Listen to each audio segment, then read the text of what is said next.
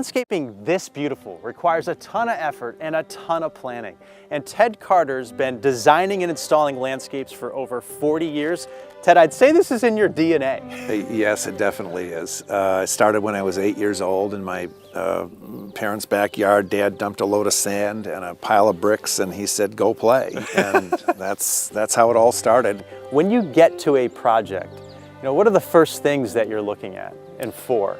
The first thing I do is I identify all the negatives, the things that are impacting the landscape that are telephone poles, driveways, cars. Where should they start? They need to start with good site work, rise and run, the front entranceway.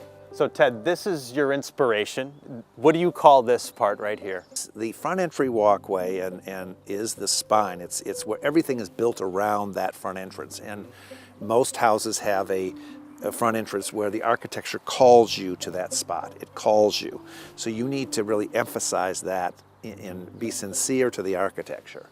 I see a lot of height that you've used too. Elevation is huge for me. I love elevation. I love rise and run. Deep treads, a shallow rise. These are 7-inch rise, which is standard. Okay. Which a nice 2-foot depth on the tread. So it creates a more gracious, it extends it. It extends it, you glide up to the front entranceway. So heading up the spine, we're gonna make a left-hand turn into, I don't want to mispronounce this, so maybe you should. It's the allée. The allée.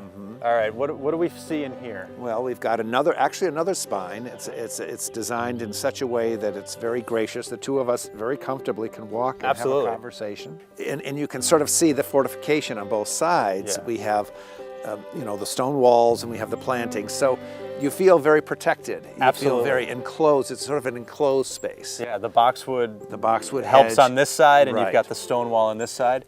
The birds bring life and movement in the landscape. Movement and life in the landscape is very important. It's not a static art. It's a malleable, soft, feminine energy. So when I work with the landscape, the walkways are the male aspect, and the hard, unforgiving surfaces, and then the soft, supple surfaces of the plant material. You have to be mindful of the directions of the house because of the light requirements of the plants, and also the energetics of those areas. The north is all about the head energy. Okay. It's the linear, logical, local world. The south is all about innocence, trust, play, and love. The east is about bringing new things into our lives. Wow. And the west is moving into the great unknown. Oh boy. Yeah. There's a lot to think about there. Oh yeah. No. I mean, this is there's a very spiritual aspect to landscaping. The layering of a landscape is very important in the design process, and layering is comprised of many things: evergreen and deciduous plant material, and how it sort of sits in the landscape.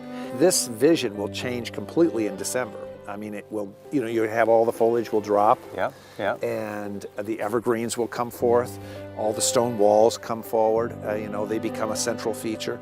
So the evergreens and the stonework become a second feature in the summer months. So you have to think of all these things, planned for them. Sure, because it's sort of things fade in and come forward.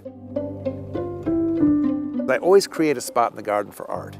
I think art in the garden is really important. It kind of captures your mind for a time, right? Yes, and it takes you away. It does. 12 months a year, it's there. Come rain or shine, snow, sleet, everything. We get everything here. We do, and the art's always there to greet you. It's always there to, and something magical happens when you put art in the landscape. There's a presence. The presence of that art is so powerful if it's done properly. Ted Carter Inspired Landscapes. Check his work out. And we're going to be doing more with Ted this summer, including finding out a lot more about that. I had to have one. We'll see you next time on Gardening with Gutner. You guys think we have room in Stormy for this?